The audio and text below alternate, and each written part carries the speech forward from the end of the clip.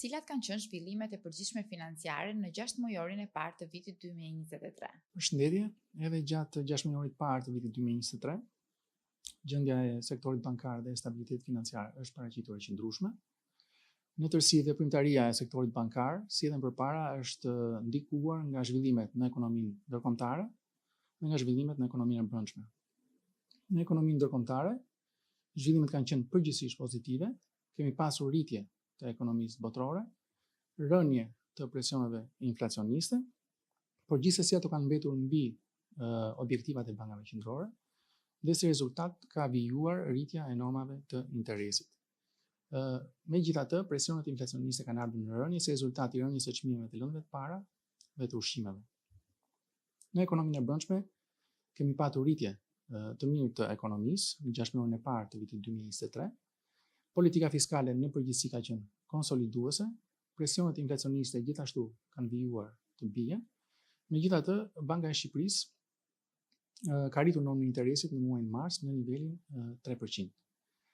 Infrastruktura që rrethon veprimtarinë e sektorit bankar ka funksionuar në mënyrë të qëndrueshme, i referohem këtu sistemeve të pagesave.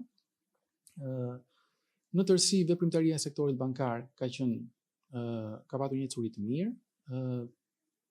Aktivet e sektorit bankar janë të kurrë gjatë periudhës, por kjo ka reflektuar kryesisht mbi çmimin e ndjeshëm dhe të fortë të kursit të këmbimit të lekut, ndërkohë që treguesit e veprimtarisë kanë qenë në nivele të mira. Performanca financiare ka qenë dukshëm më e mirë se në vitin e kaluar, si rezultat i performancës shumë të mirë të ardhurave neto nga interesi. Gjendja e kapitalizimit paraqitet e mirë dhe e qëndrueshme. Si vlerësohet ekspozimi i sistemit financiar shqiptar ndaj rreziqeve? Kur flasim për sistemin financiar, ne referohemi kryesisht sektorit bankar.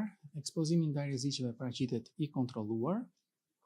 Ne shikojmë kryesisht rreziqet e kredisë, rreziqet e likuiditetit dhe rreziqet e tregut. Tek rreziku i kredisë shikojmë kryesisht raportin e kredive me probleme, i cili ka pësuar një rritje të lehtë gjatë periudhës. Ka qenë e pritshme sepse lidhet kryesisht me rritjen e normave të interesit dhe efektin që kjo ka në aftësinë paguese të huamarsve. Megjithatë, niveli i raportit kredive me probleme është luatur rreth nivelit 5.2% për disa tremujor radhazi, kështu që paraqitet i qëndrueshëm. Rreziku i likuiditetit është gjendja e likuiditetit paraqitet e mirë. Aktivet likuide janë në nivele të bollshme. Dhe njëkohësisht raportet minimale që kërkon kuadrin regulativ përmbushën në mënyrë të kënaqshme. Tek rreziqet e tregut, zhvillimet kryesore kanë qenë tek rritja e normës interesit dhe të efekti që kjo mund të ketë në bilancin e sektorit bankar, efekt që vjen kryesisht nga portofoli kredisë me norma interesit të ndryshueshme dhe nga vlera e titujve në portofolin e bankës. Megjithatë, të dhënat tona tregojnë që kjo situatë është paraqitur e qëndrueshme, pavarësisht rritjes së normës së interesit.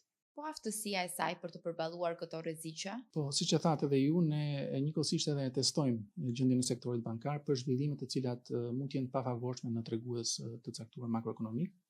Dhe përgjithsisht godasim tregues të tillë si norma e interesit, kursi i këmbimit, rritja ekonomike kështu me radhë. Dhe rezultatet e këtij ushtrimi tregojnë që në përgjithësi gjendja e sektorit bankar paraqitet e mirë, e qëndrueshme. Ndjeshmëria është rritur disi në krahasim me ushtrimet e mëparshme. Megjithatë, treguesit e kapitalizimit mbeten në nivele të përshtatshme.